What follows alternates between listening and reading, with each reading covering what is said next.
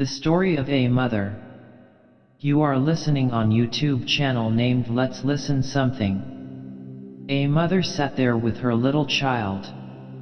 She was so downcast, so afraid that it should die. It was so pale, the small eyes had closed themselves, and it drew its breath so softly, now and then, with a deep respiration, as if it sighed, and the mother looked still more sorrowfully on the little creature. Then a knocking was heard at the door, and in came a poor old man wrapped up as in a large horse cloth, for it warms one, and he needed it, as it was the cold winter season. Everything out of doors was covered with ice and snow, and the wind blew so that it cut the face. As the old man trembled with cold, and the little child slept a moment, the mother went and poured some ale into a pot and set it on the stove, that it might be warm for him. The old man sat and rocked the cradle, and the mother sat down on a chair close by him, and looked at her little sick child that drew its breath so deep, and raised its little hand. "Do you not think that I shall save him?" said she.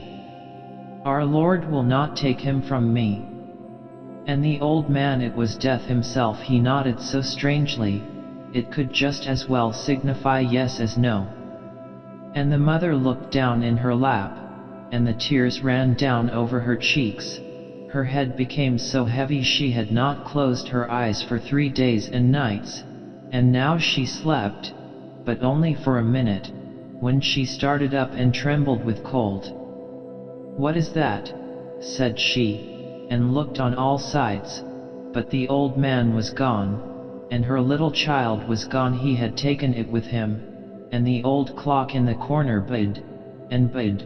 The great leaden weight ran down to the floor, bump. And then the clock also stood still. But the poor mother ran out of the house and cried aloud for her child.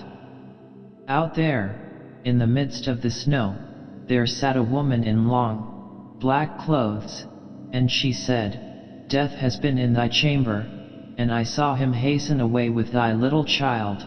He goes faster than the wind, and he never brings back what he takes." "Oh, only tell me which way he went," said the mother. "Tell me the way, and I shall find him."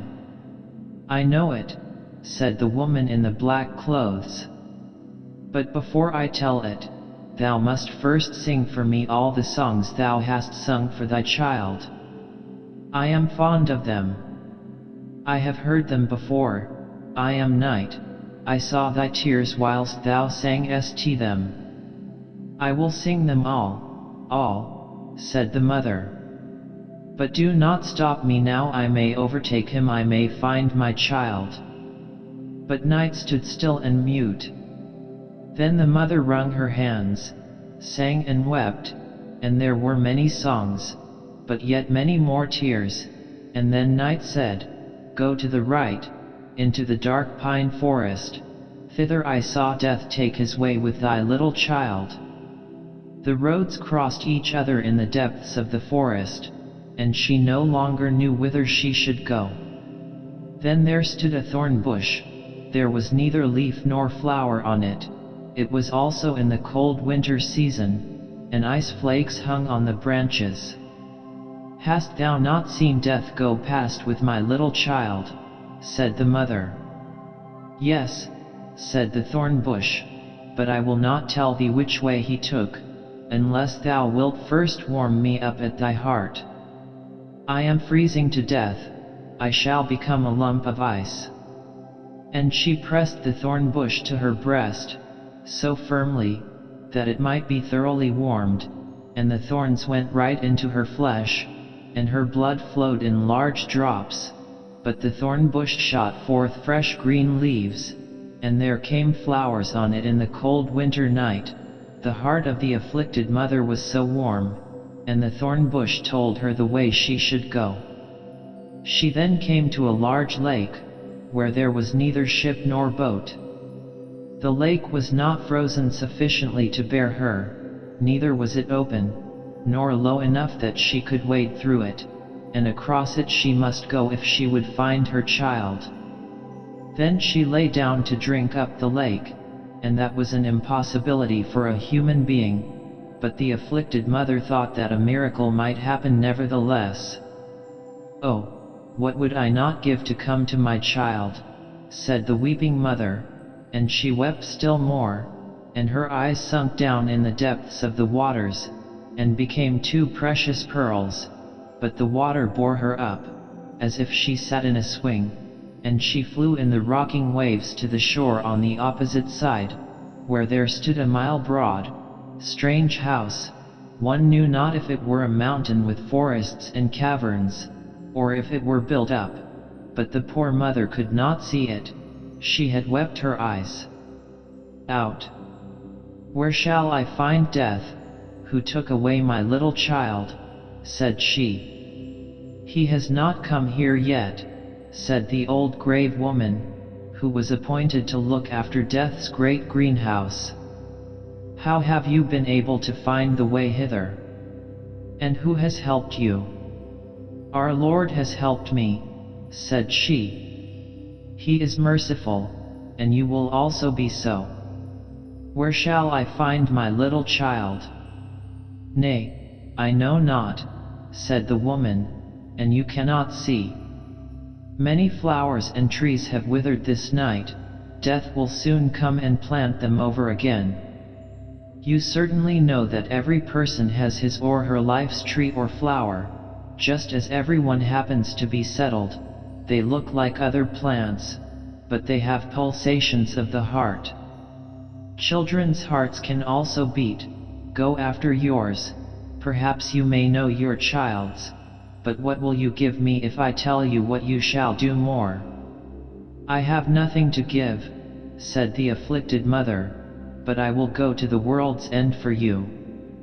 "Nay, I have nothing to do there," said the woman. "But you can give me your long black hair. You know yourself that it is fine, and that I like. You shall have my white hair instead, and that's always something." "Do you demand nothing else?" said she. "That I will gladly give you." And she gave her fine black hair, and got the old woman's snow-white hair instead. So they went into Death's great greenhouse, where flowers and trees grew strangely into one another. There stood fine hyacinths under glass bells, and there stood strong-stemmed peonies. There grew water plants, some so fresh, others half sick.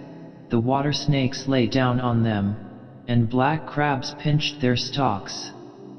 There stood beautiful palm trees, oaks, and plantains. There stood parsley and flowering thyme.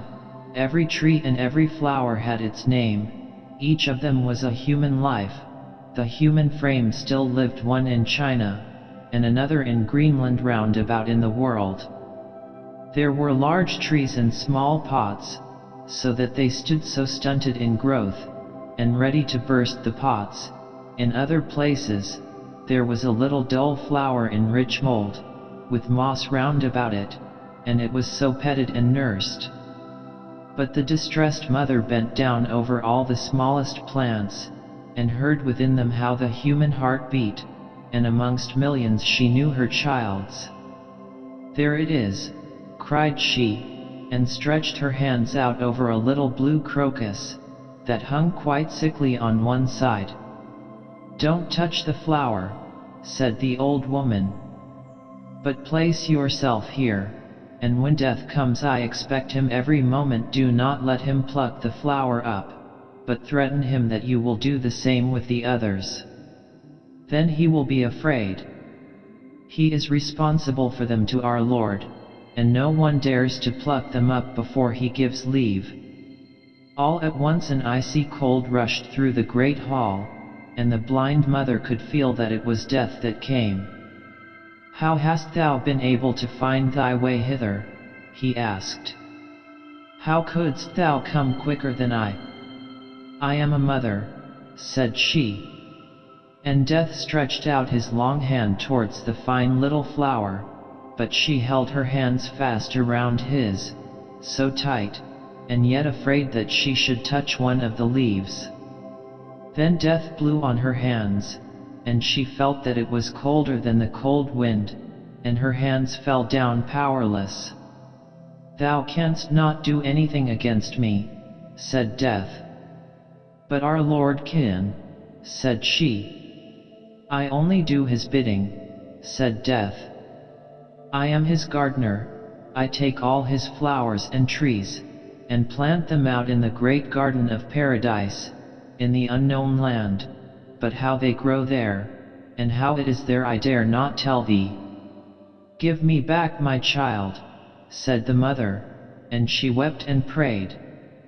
At once she seized hold of two beautiful flowers close by, with each hand, and cried out to Death, "I will tear all thy flowers off, for I am in despair." "Touch them not," said Death. "Thou sayest that thou art so unhappy, and now thou wilt make another mother equally unhappy." "Another mother," said the poor woman, and directly let go her hold of both the flowers. "There, thou hast thine eyes," said Death.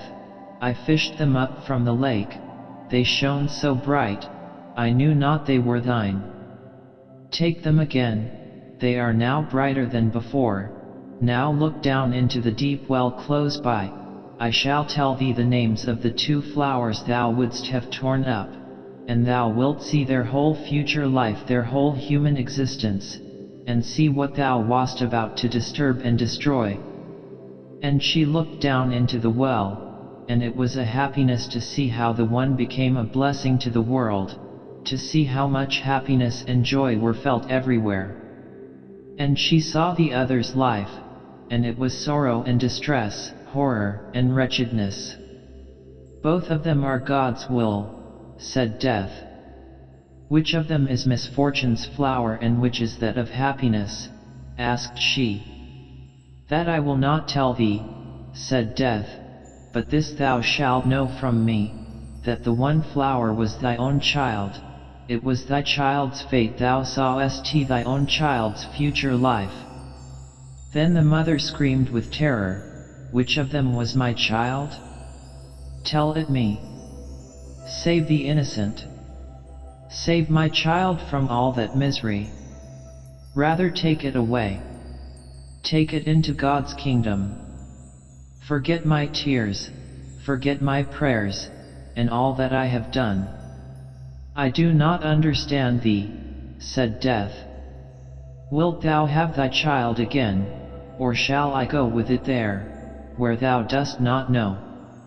Then the mother wrung her hands, fell on her knees, and prayed to our Lord, "Oh, hear me not when I pray against thy will, which is the best, hear me not, hear me not." And she bowed her head down in her lap, and Death took her child and went with it into the unknown land.